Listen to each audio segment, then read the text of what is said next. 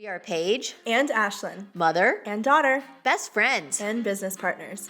For the last 14 years, we have been dedicated to the pursuit of learning how to vibrantly thrive body, mind, and spirit every day. We always knew there was something more to life than the challenges that kept finding us. So we asked the wise to understand the hidden messages, and we became wise, W-I-S-E. We leaned into the maybes of different possibilities to solve life's challenges. We made living the words "Love Ignites Peace" our lifestyle and transformed our personal vibes, our frequencies, into the vibrant, abundant, joyful, living life to the fullest kind of gals we are today. We literally got our freak, aka frequency, on. Take a dip into self-exploration, soak in the wisdom of your journey, and be sure to pour yourself a big glass of open-mindedness as the water warms and the candle of your inner light begins to shine. It's time to get your freak on. Welcome to Bathtub Chats.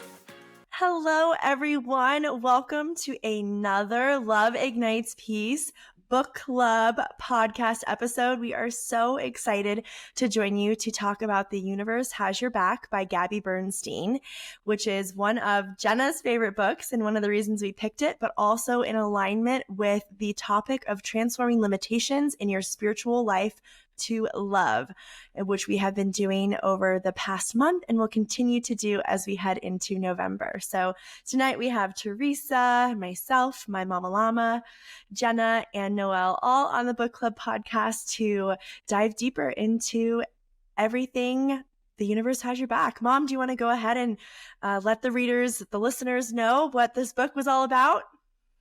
I sure do. New York Times bestselling author Gabrielle Bernstein teaches you how to transform your fear into faith in order to live a divinely guided life with confidence. Each story and lesson in the book guides you to release the blocks to what you most long for: happiness, security, clear purpose, and direction. These spiritual lessons will help you relinquish the need to control so you can release anxiety and relax into a sense of certainty and freedom. You'll learn how to stop chasing life and truly live with a more positive mindset. Making the shift from fear to faith will give you a sense of power in the world that all too often makes us feel utterly powerless. When the tragedies of the world seem overwhelming, this book will help guide you back to your true power and peace. Follow the secrets revealed in this book to unleash the presence of your power and to always know that the universe has your back. So overall thoughts from everyone. Did you like this book? It was one of my favorite books. This is the third time I've read this book. It's been a year since I read it the last time, and it was 2 years since I read it the time before. So given all of the conversations that we've had and sometimes tough critics in the book club, I was nervous reading this because I was like, I said I like this book. I outed that I like this book on the first podcast we did. And I was hoping that I still loved it. And I do. I absolutely love this book. I think it's an easy read. I think I get something different from it every time that I read it. I think it's given me chills at points. I think there's been points where it's things I already know, but it reiterates that more, or it enlightens that spark to have those like divine synchronicities happen in your life. I have so many cool stories related to this book that I will save for later in the podcast because one of them is a little lengthy and I don't want to get us stuck here, but I absolutely love this and I want everyone that's listening to the podcast to read this. I also have read it. This is my third time. So I remember I got it when it was first released. Like as soon as it was released, I got it in 2016, and it was my first year here in Colorado. So, and one of my first diving into this area, not my first, but one of my first. And I really enjoy it. I would say at this point in my life, it's probably a 4 out of 5, but I still loved it. That comes later. But anyway, I love it.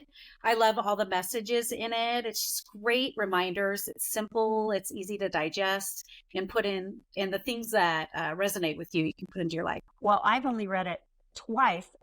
What I really liked is how she tied in and referenced the Course in Miracles so often through the book.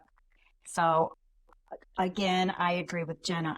It is an easy, basic, good starter book to build your relationship with all the beautiful magic and synchronicities that lie all around us. I would recommend it to everybody to read. And it's wonderful. This is the first time I've read this book. I'd never read it before. And I was so honestly gobsmacked at what I consider the similarities with Love Ignites Peace. There are just so many messages in here that are messages that we convey and communicate. I like how she laid them out. I like how she laid out the messages. I liked her little universal messages that she highlighted in there.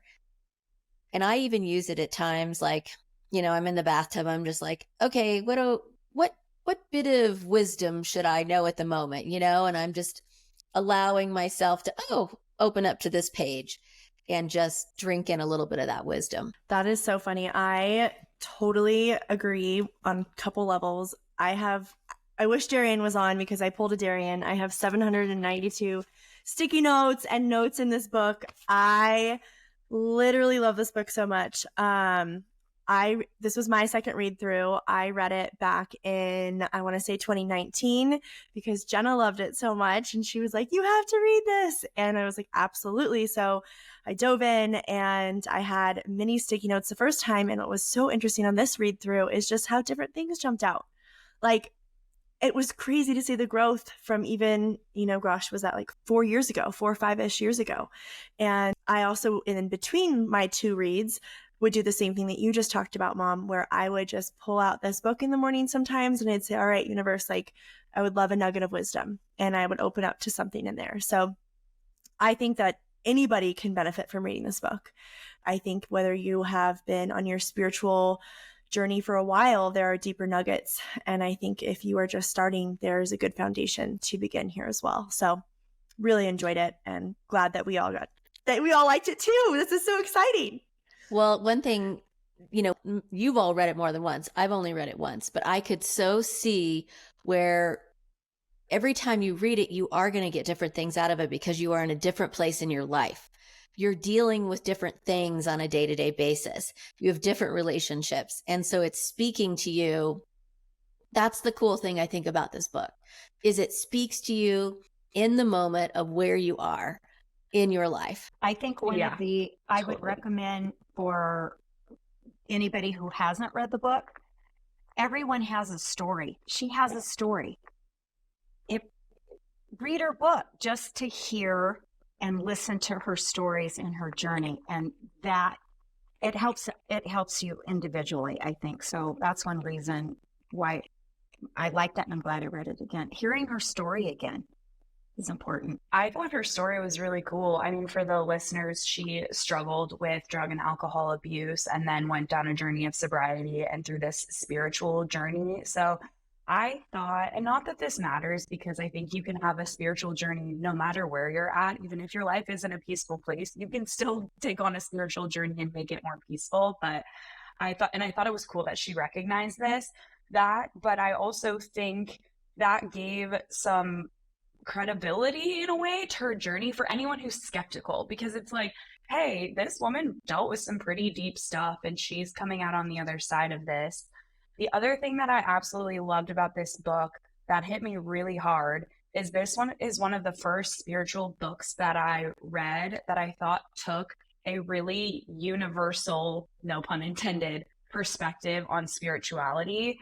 Because as I've gotten older, I really believe that for everyone who's taking a spiritual journey, whether that is a specific religion path, and if that religious path differs from your neighbor, or if you believe in the universe versus God versus, all of these different manifestations, I think we're all trying to get to the same place and to the same answer and embody love.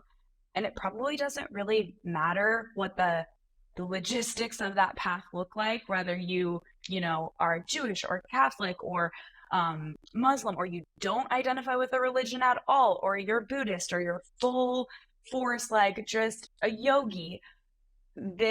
She touches on the universality of that and brings us together through, we are all love. We're all trying to access love. That is our journey as human beings. And that's what brings us to peace and enlightenment.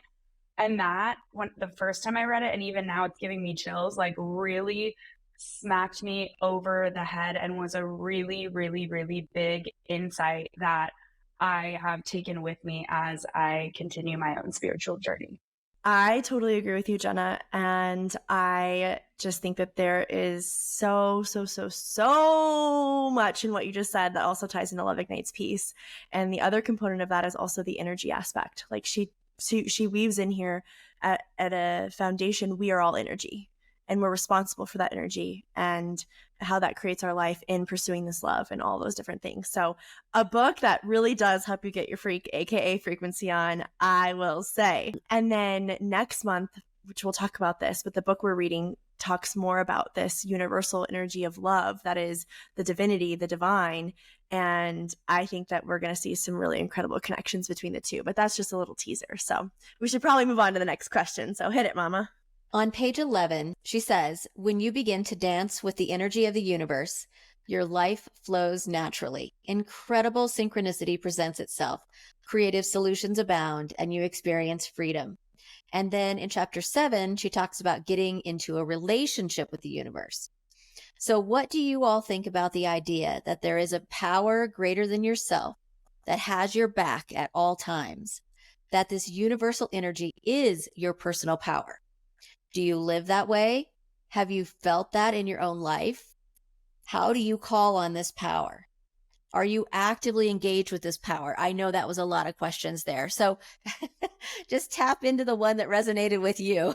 Well, those of you who know me and have been to meditation for several years, Noelle, and I know Noelle will understand this, there is a language to the universe.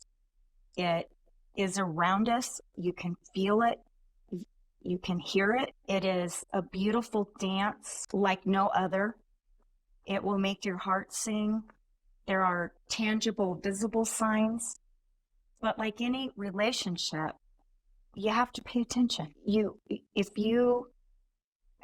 To your children, to a coworker, to a spouse, a boyfriend, a grandparent, you pay attention. You are connected. It matters. And you get that back. And it's building a relationship like any other that is successful in your life. You do have to be aware and put the time in. That's my perspective on that. I love that you just said, Teresa, that you have to, actually build a relationship with this energy. That's been my personal journey for the last 15, 16 years, is really learning how to build that relationship. And it's so interesting. I am now to a point in that relationship where, yes, I know the universe has my back. I don't have any doubt. And I call on that energy all the time. Assist me with this, help me with that, clear the path here, whatever it might be. I mean, it's really a daily, sometimes even hourly dialogue. And I'm telling you, the universe just never lets me down. It's been interesting. You're talking about the journey that you've been on in your relationship with the universe. And I was making some notes here as Teresa was talking. And I think one thing that's important to consider, and this ties in a little bit to what Jenna was saying earlier about coming from different faith backgrounds, is I think that to truly be a person of faith, if you want to use that word, or of in relationship with this higher power, I think there is something to be said about like questioning it, testing it, putting it through the scientific method, so to speak. And so in my journey of my relationship with this higher power, I have yinged and yanged. I've been at a place where I, was like, is there even this energy? Is there even a God? Right? I think I had that moment when I was in high school, and that was obviously like a pretty lonely, dark, weird place, but I think you have to go there. And then I did my own learning and my own growth, and I came to this fact, yeah, there is this God. And then actually recently, as we've been going through this series, I yinged to the other side where I was like, okay, wait, is it just an energy? Like, is there just energy out there? And not from a higher intelligence perspective, I mean, still a higher intelligence, but from this perspective of it's energy that's there for me to access and I can co-create with it, but like it's all on my shoulders.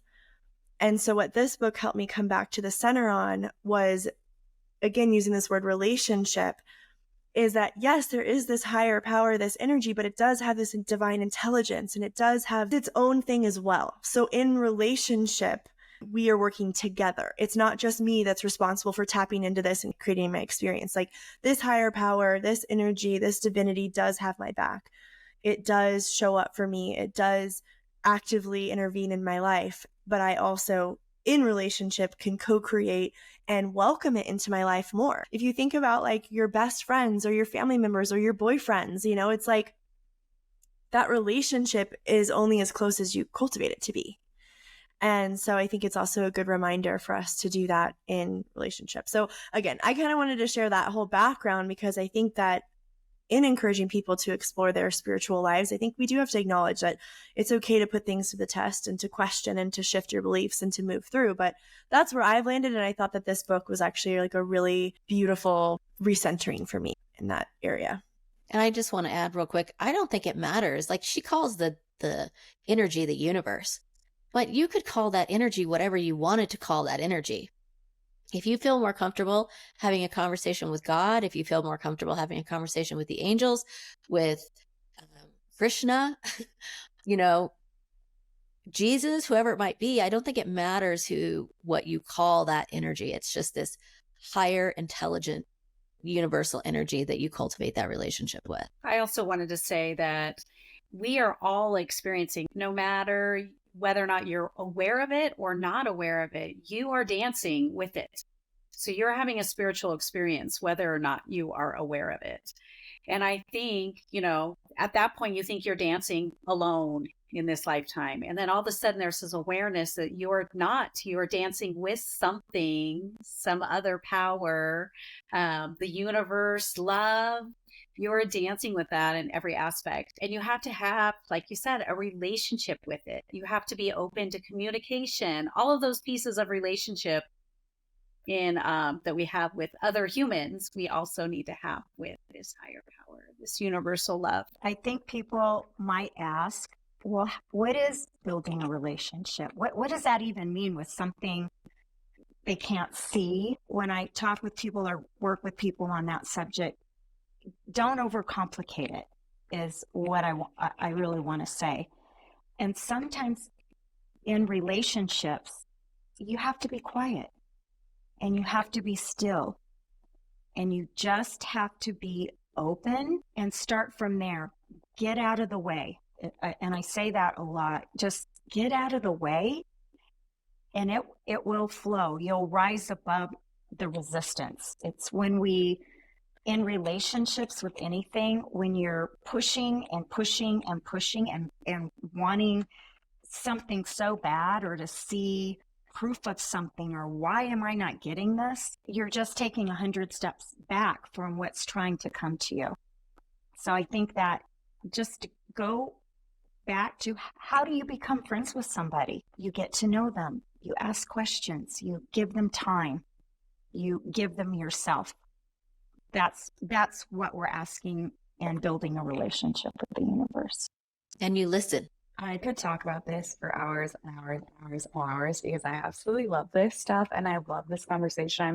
It's so cool to be ever getting to talk about this book for something that impacted me so many years ago. And then all of these synchronicities that you can tie together.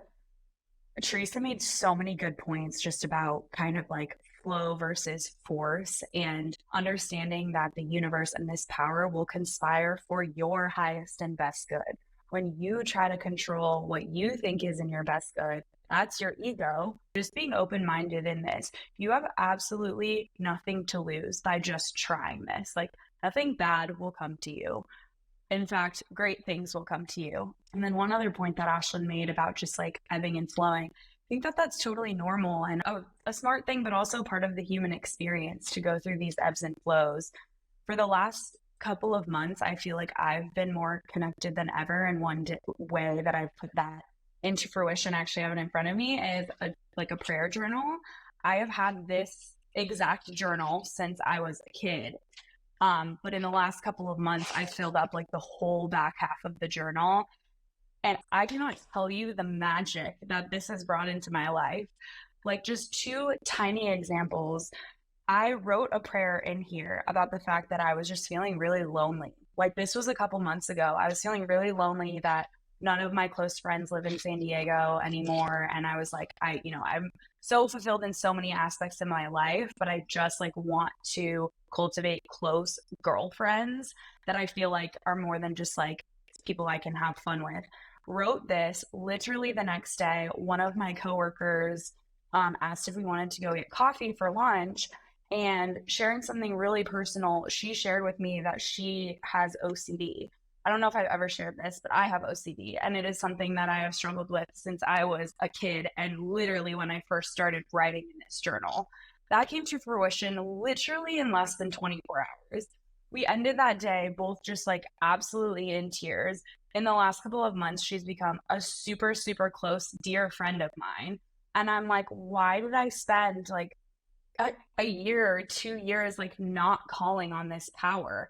And then in like a day, it's like, yep. So that's just one example. I have so many of those, but it's like, why not just ask, call on the angels, start creating that relationship. And once you have that relationship, it's like you want to continue to nurture it. It's fun. You can have fun with it. It's this beautiful dance that is going to support you through your whole life. Something I was just thinking in a way to maybe start that relationship is she talks about asking for a sign in this book. And she talks about it more specifically if you're, going through something. But why could you not ask for a sign like universe, like show me that you're actually here? Or like show me that there's this higher power supporting me. Or again, pick your sign within that, how she talks about it. But like, I don't know, I think that's a great place to start. And I love that story, Jenna. I think that is to a T what we're trying to do here. And we keep going back to this idea of those that are feeling a bit resistant. And that's where we put this Love Ignites piece of lean into the maybes, right? You know that you want something more. You know there could be something more. So lean into the maybe and see if it resonates with you. Then you have found an incredible new gift, an incredible new piece of your life. As Jenna said, this topic we're talking about is honestly like a core piece of our lives. Like we are spiritual beings having a human experience. This isn't just a casual thing. If it doesn't resonate with you, you've leaned into the maybe. You feel that wasn't something that was there, and you're on your merry way. But you have only amazingness to gain. And I think all of us on this call can tell you that we're pretty sure if you lean into the maybe, you're going to be met with a really incredible, beautiful energy of love. 100 million%. And, we're creators. We, as human beings, we're creators. And the beautiful thing is we don't have to do this by ourselves. And in fact, creation becomes even more fun, and it becomes easier when you co-create. So when you ask the universe to help you and to work with you in what you want to create in your life. I think this is just a perfect segue into the next question, because we just heard Jenna's story around really asking, but then the surrender that followed. So sliding into the next question, she talks a lot about the power of surrender in this book. What are your experiences with surrender, and have they reinforced her idea that the universe has your back? I know we heard one of Jenna's, and if you have another Jenna, always open and available. But does anybody else also have any stories about surrender within this universal energy? I'm sure you all have many. There's a lifetime of them. So surrender, I think that's another word that I will recommend the Love Ignites piece listeners to. Two things. What is your definition of surrender that you learned in school and out of the dictionary? And what is your heart experience definition of now of surrender? They very likely are two different things. And most people are afraid of surrender because they're afraid of trust. So the surrender part is something I would recommend to do a little personal delving into in oneself. For me, I have been fortunate enough over the last 40 something years of this practice and relationship that for me to surrender, it is fairly simple. And I've had some whoppers, let me tell you. And in a nanosecond, because of the experiences and the trust, that muscle is so strong. Literally, I've said it. This is not the trajectory of my life. I'm going to change it now. And it has physically manifested in a nanosecond, a completely almost different life path, but I trust, and I built that relationship so I can get out of the way and allow the next minutes to start unfolding. And it's a beautiful, comfortable, loving, secure place to be. I could give you many examples, but that's a whole nother topic on a whole nother podcast. I was going to say that I think when you start off on this path, at least for me, I can speak for me, I use the word surrender, and then it evolved into letting go. And then it evolved into, as I gained that trust, and then it became a knowing, and then it just became allowing.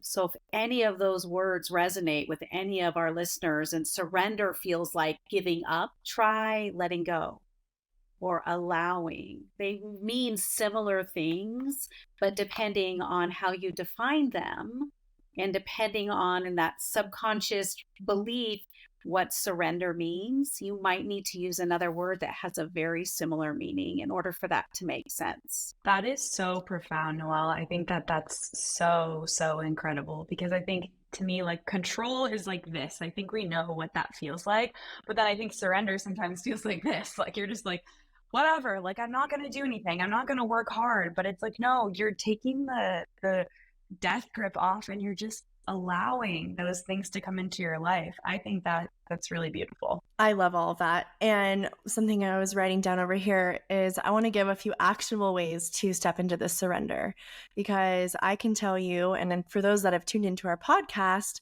the last year has been a lot of growth for me around learning how to let go of control even more. Control in romantic relationships. I've learned how to let go of control in my familial relationships. Like I've stepped into that, but it's been a process for me. Like I was a type A perfectionist micromanager girly. I was like, all right, if I'm in control of this, like it's all going to be okay.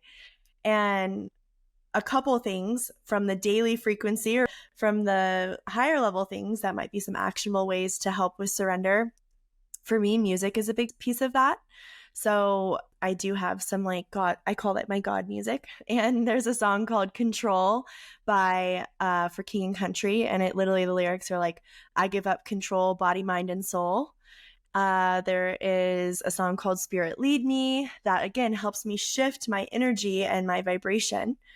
So music is a way to do that. Another way to do that, I think Jenna really resonates with as well, is exercise. It's kind of a way to get out of your head and into this just like state of being. And then relevant to this book is 3 years ago, 4 years ago, however many years ago when I first read this, I taped up quotes around my apartment to help shift from that feeling that Jenna was describing, was that hand clenching, right? And I've been there before where like I couldn't get my hands to unclench because that's how control energy I've been. And I would tape up, I highlighted so many of these. I was going to find one like, thank you, universe, for guiding me to perceive this fear through a teacher of love. Thank you, spirit, for your guidance. We surrender this grievance to you and we welcome you to reorganize all limiting beliefs back to love. I literally taped them up on my mirror in my bathroom above my sink doing dishes.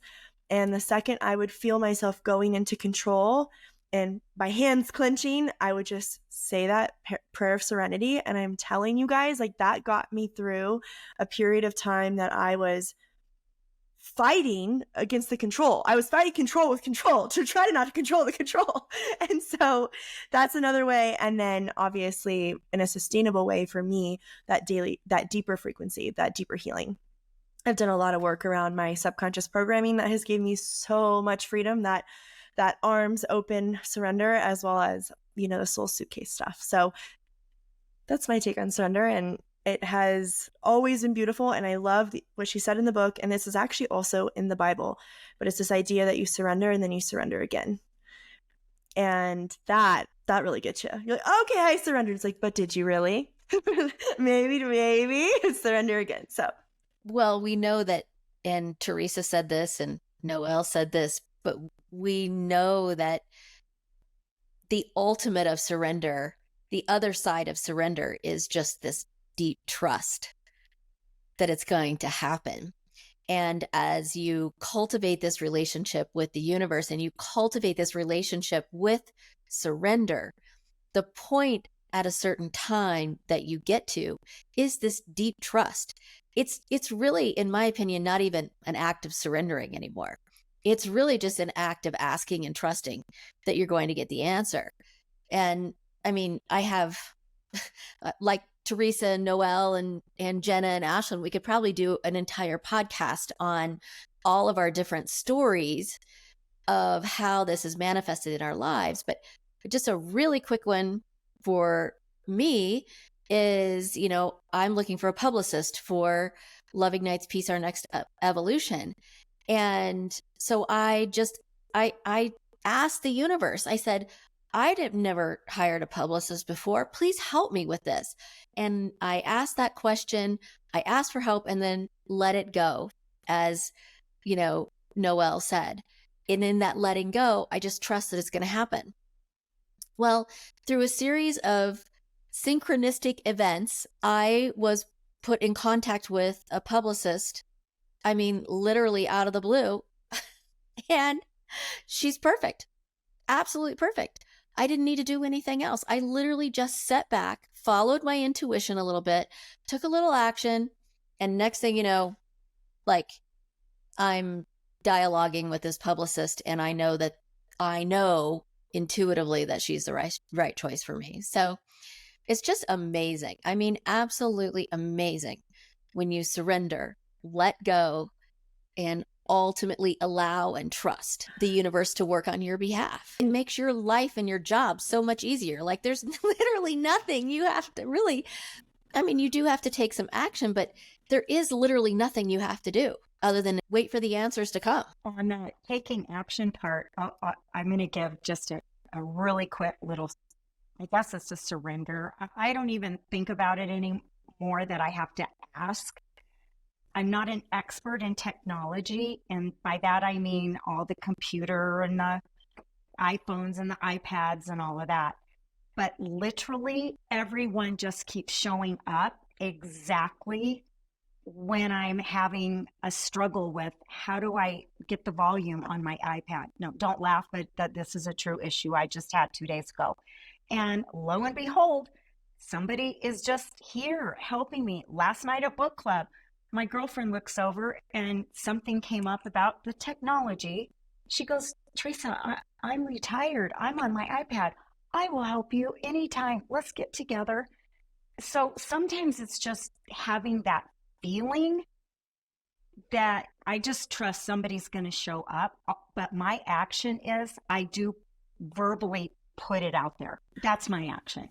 And somebody shows up. They do. So what is your action? I think that might be a challenge to know what is your action. Some people you have to really get a contact going or literally get in your car and go somewhere different to meet someone. What is it what is your action?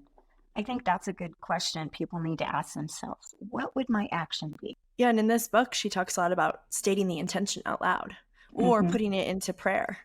She talks about prayer a lot too. I think something I was going to say, kind of describing when you were talking about the people that know you and you don't even have to think about it anymore, it just is I think that, you have one side of the spectrum where you're just starting this relationship with even this higher power.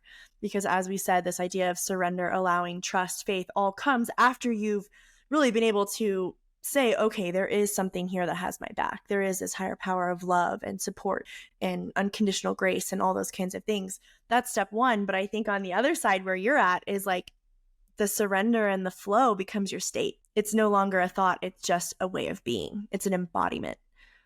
And that's the juicy good stuff, because my mom and I were talking about this the other day. Sometimes I don't even have to speak it, right? I don't even have to intend it out loud. It's just in my energetic embodiment. I'm just like, okay, I'm in the shift. I'm shifting. I'm in the flow now. And I'm feeling like this is what's coming in. And it really does. Okay. I actually do have a funny manifesting what I need story. And it's quick. I'll talk really fast. I'm driving home from bowling one morning. And I do a lot of my, don't get scared people on the road. I do a lot of my mental meditations as I'm driving or what I want. And I'm like, wow. I need a yard person, like the gardener, the weeds, the whole thing. I don't know. So I'm thinking, I just need one. start to pull in my neighborhood. And I thought, well, maybe I'll just drive around and there'll be one in someone's front yard and I'll pull over and ask. Well, I don't see anybody. And I'm literally on my street getting ready to turn in my garage. And there's a white van parked in front of my house that says lawn service on it. And there's this yellow cord going to my backyard. What's happening? So I pull in the garage. I'm a little scared. I don't know. I'm in the house and my sliding door, and I creep up to it, and there's a man in my backyard in one of those full body zip up white hazmat things, I don't know, with a spray yellow hose thing spraying my whole backyard. I slide open my door. Sir, and he turns around. I said, what are you doing in my backyard? He said, well, I'm your lawn service. I came to spray. And I said, I don't have a lawn service. I don't know. What company are you with? Lawn Care or whatever. He goes and checks his files. He said, well, you're not on here, but let me just go ahead and finish up. So he sprayed my yard. Swear to you, I have witnesses. Yeah. Yeah. So good. Yeah. That is a meaty one. That is instant manifestation, in the flow, energetic, attracting, all of those things. Oh my gosh. That's so good. So good. Oh my gosh. Well, any other stories that anyone wants to share? I have a story that I love that's about this book. It's like a 4-year in the making story. So I have a lot of other ones that are not specific to this book. So I already mentioned, picked this book up like 3-4 years ago, first time reading it. I had gotten it from a friend for my birthday, I want to say, and I picked it up after going through a breakup. Broke up with a guy who was not the right guy for me by any means. Looking back, it was one of those, like, he wasn't a bad guy, but like not compatible in any way. But fresh off a breakup, you're devastated, right? I'm thinking like, oh my gosh, I'm in my mid-20s. I'm never going to meet someone. Dramatic, but I think we can all relate to those feelings in some capacity of our life.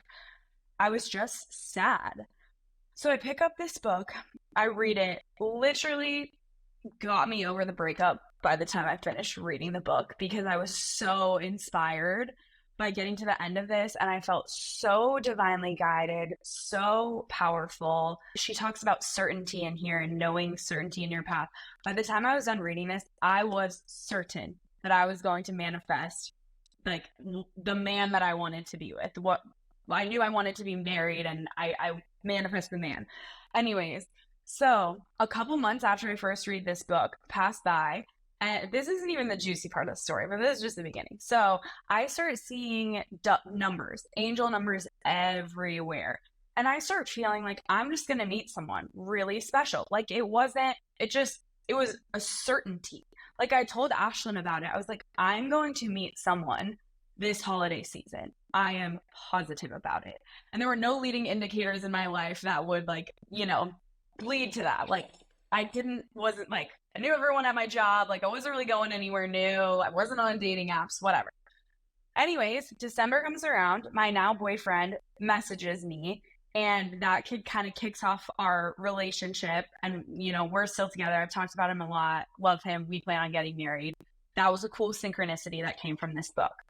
So fast forward to a couple years later, it's September again, and I am in a horrible place with my job. I absolutely hate my job. It is making me miserable. I'm working 12 to 15-hour days. It is sucking the absolute life out of me. And I can't take it anymore. And for a couple months, I'm like, okay, you can't quit without having something lined up. You got to get your health insurance in line. Like, you're not going to have income. Like, you need to find something. I just was not finding anything. Like, I would apply on LinkedIn, I'd interview, it wouldn't come. There was a series of that for months leading up to September, when I have a literal panic attack. I am at like the lowest of lows. I wake up the next morning. I had been staying with my parents because I was like unstable. Like I could not like be alone. And I woke up that morning and I had a conversation with them and it was like, it's time for you to quit this job. Like, it doesn't matter if you don't have something lined up. This is taking the life out of you. So that day I put in my 2 weeks notice and I just quit. So I was a wreck after that. I knew it was the right decision, but it was hard to not feel that control of like, oh my gosh, my income, my literal like life is like, I'm not having any more income after this day. So I just try to continue to trust, but I'm a wreck, like panicky for a couple weeks as, you know, this day is approaching. I still don't have anything lined up. Then I'm set to go on a trip with Martin and I find this book in my drawer and I bring it with me because I'm like, I don't know what to do. Like nothing can calm me down. I am so nervous. We're going on this trip that I don't feel like I have the money for, even though like I did, but I'm like, I'm not going to be able to afford food in a couple weeks. Like, I'm a wreck. So I bring this book with me. I read it, and it calms me down a little bit, but I still feel like that little bit of a sense of control, like I'm applying to jobs while we're on vacation. And Martin is like, Jenna, like, I will take care of you. Like, relax. You're ruining your life over this. That's something that's not that significant. Like, in the scheme of things, looking back, it's not going to be like that bad. So I like release to the best that I can. I'm trying everything, but like I feel that sense of control. The literal next day, I am working at my job that I still have. It's between the 2 week notice period, but we're on vacation, but I had to work some days because I was leaving this job. I get a message from one of my clients that says, hey, go look on LinkedIn or something. So I go on LinkedIn and he's like, we decided we're hiring for an e-commerce manager. We want it to be you. Can you enter? This was not in our budget until next year. Like, I know you love your job, but will you interview for us? Then I was like, I don't love my job. I just quit. He didn't even know this. And so then anyways, like I interview for this job on September 12th, 2022. This year, we are reading this book again. I have it next to me and I'm looking through my camera roll for like old pictures to put together a collage for a family member. I find a picture. I honestly may have been, it was like September 13th as I like had this book sitting next to me because I wanted to get ahead for book club and I was excited to read it again. Look on my camera roll and I see a picture of this book from the very first time I read it, which was September 12th. 2 years later, to the date, when I picked up this book again, I had a job fall into my lap during one of the absolute most stressful, miserable periods of my recent life. And I was like, what else you got for me? Like, this is just, it was unreal. Sent chills down my spine. And that is a major reason why this book will forever, forever, forever be special to me. I love that story. Oh, it's so good. And the cool thing is, like, for everyone listening to, all of these stories, all of these miracles, like, they're totally available to you too. And I love that she said in this book, she said that miracles are actually not uncommon. Miracles should be common. And so how can we align ourselves like you did, Jenna, in that flow in each of these moments to step into this flow of the miracles occurring in your life? So I love it. The next question that we have, it says on page 4, the author quotes from A Course in Miracles where it says, "We must not seek for the meaning of love, but instead seek to remove all barriers to love's presence." What do you think this means? Did you feel like the book has helped you break through some of those barriers? So we must not seek for the meaning of love.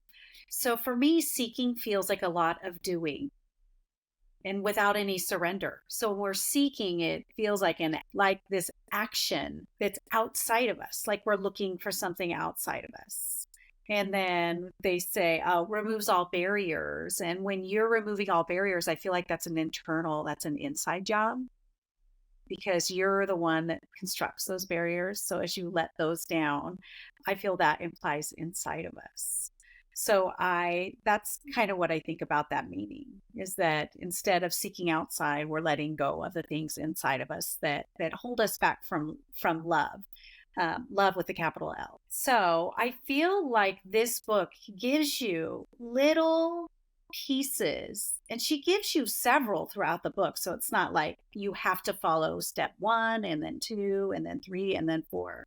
So it allows you to pick things that resonate with you wherever you are on your path at this time, and allow those barriers to come down, surrender, allow, let go, all of those things that are inside you. You know, I just, when I read that at the very beginning of the book, I was like, oh my gosh, that's like exactly exactly what we're trying to do at Love Ignites Peace, which is, again, not looking outside of ourselves to seek love, but to understand what is keeping us from feeling love's presence with a capital L, but also knowing with such a deep, profound sense that, you know, I am love and you are love. And that is innately who I am, innately who everyone is, but what is keeping us from every day knowing that and living that, you know, whether it's love as a feeling or love as an action, because we talk about love as an action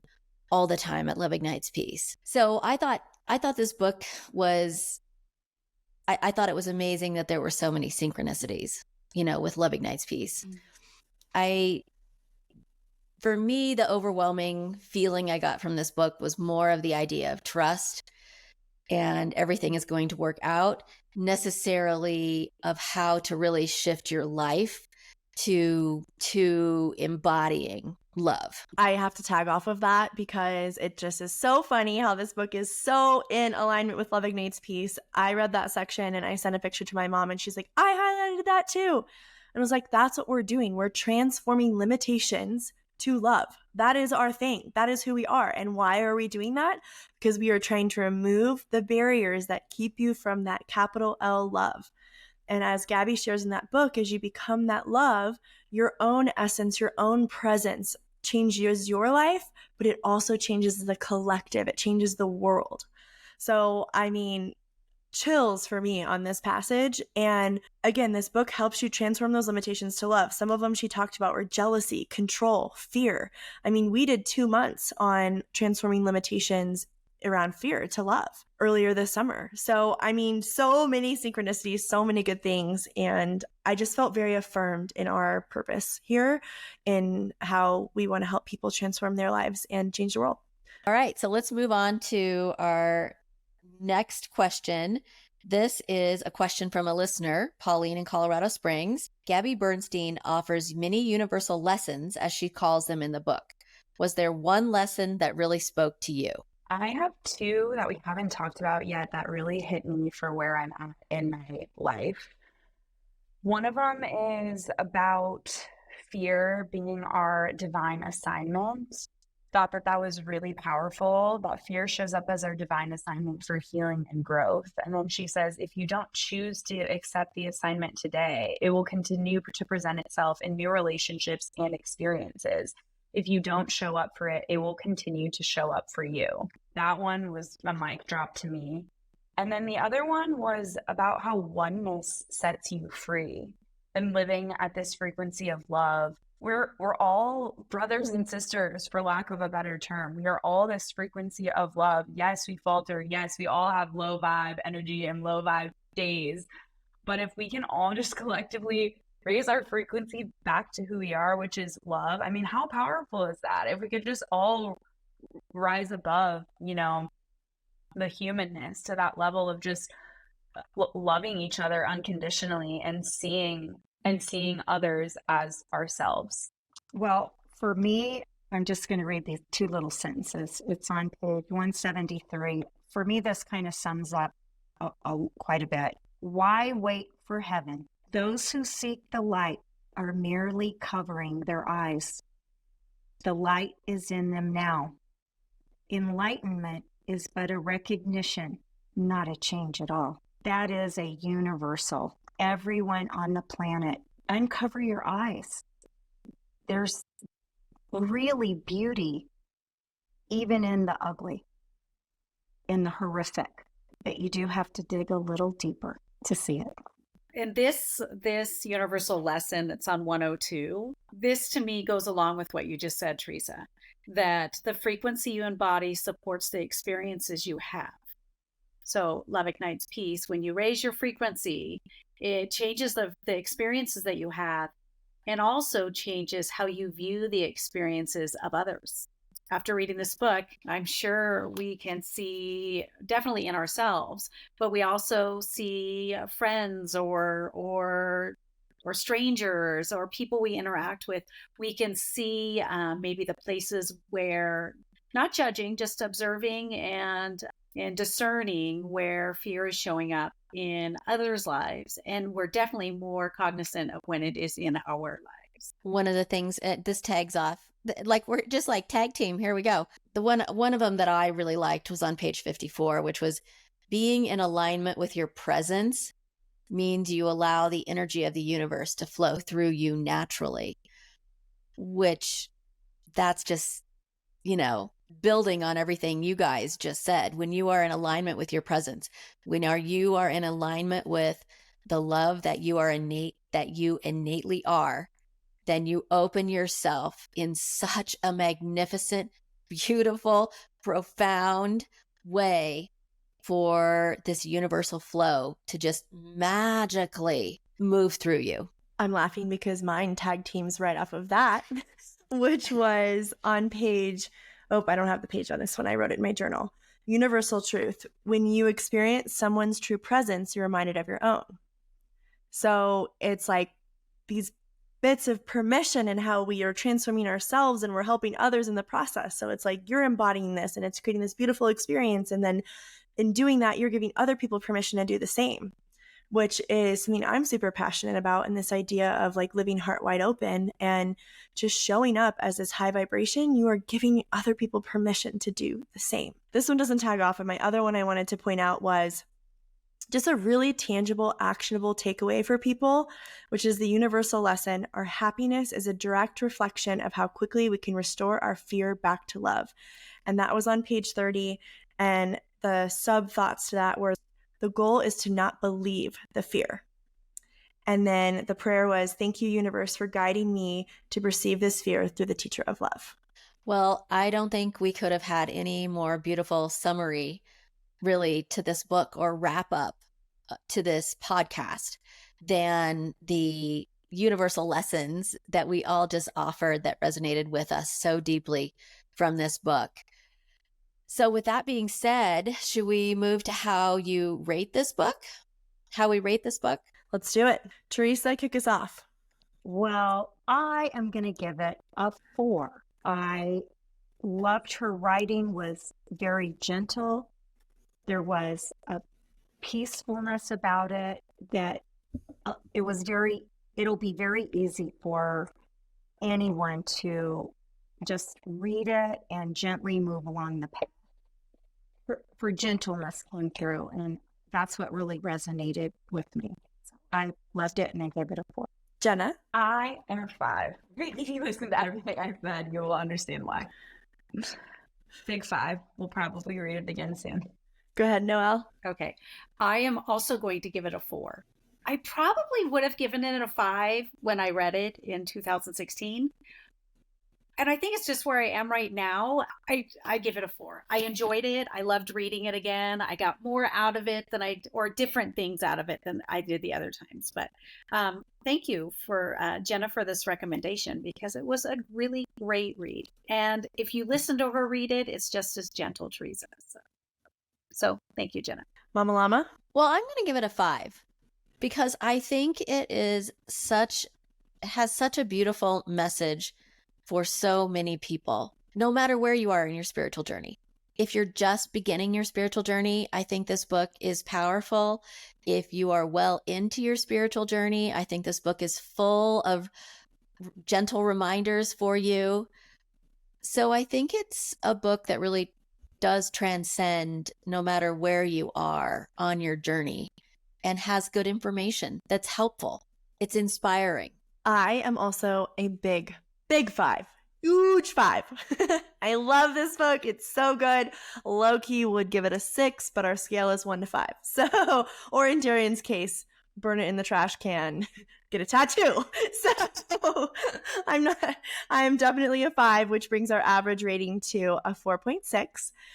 And I cannot encourage everyone listening to read this book enough. Go read it, go listen to it, and know that it will find you at the right time as well. And this might be your sign. So next book club, we will be reading the book called Heaven is Beautiful by Peter Panagore. And he will actually be joining us on our podcast episode to talk about his incredible near-death experience that led to this beautiful union with this source energy we keep referring to, God, the divine, the universe, love with a capital L.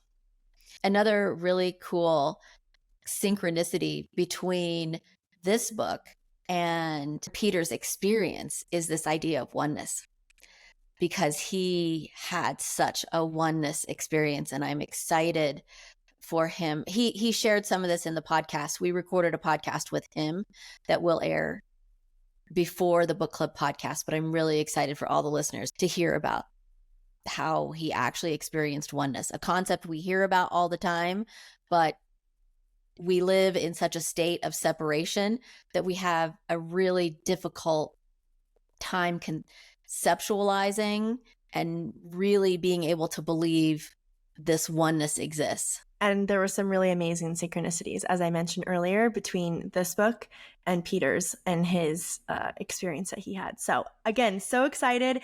Everyone feel free to read it, or it's also a quick listen on Audible. When I put it on like 1.5 speed, it was like 3.5, 4 hours. So with that said, thank you everyone so much for tuning in to another book club, Love Ignites Peace podcast, bathtub chats discussion. And we are sending so much love to you from our hearts to yours. And as always, get your freak on. Thank you for joining. Get your freak on. Thank you for listening to the Love Ignites Peace Bathtub Chats podcast. Make sure you subscribe, review, and rate our podcast. And if you really love it, please be sure to share it with all of your friends. For more resources on how to get your freak on, visit our website at loveignitespeace.com. And give us a follow on Instagram, TikTok, or Facebook at Love Ignites Peace. See you next Tuesday.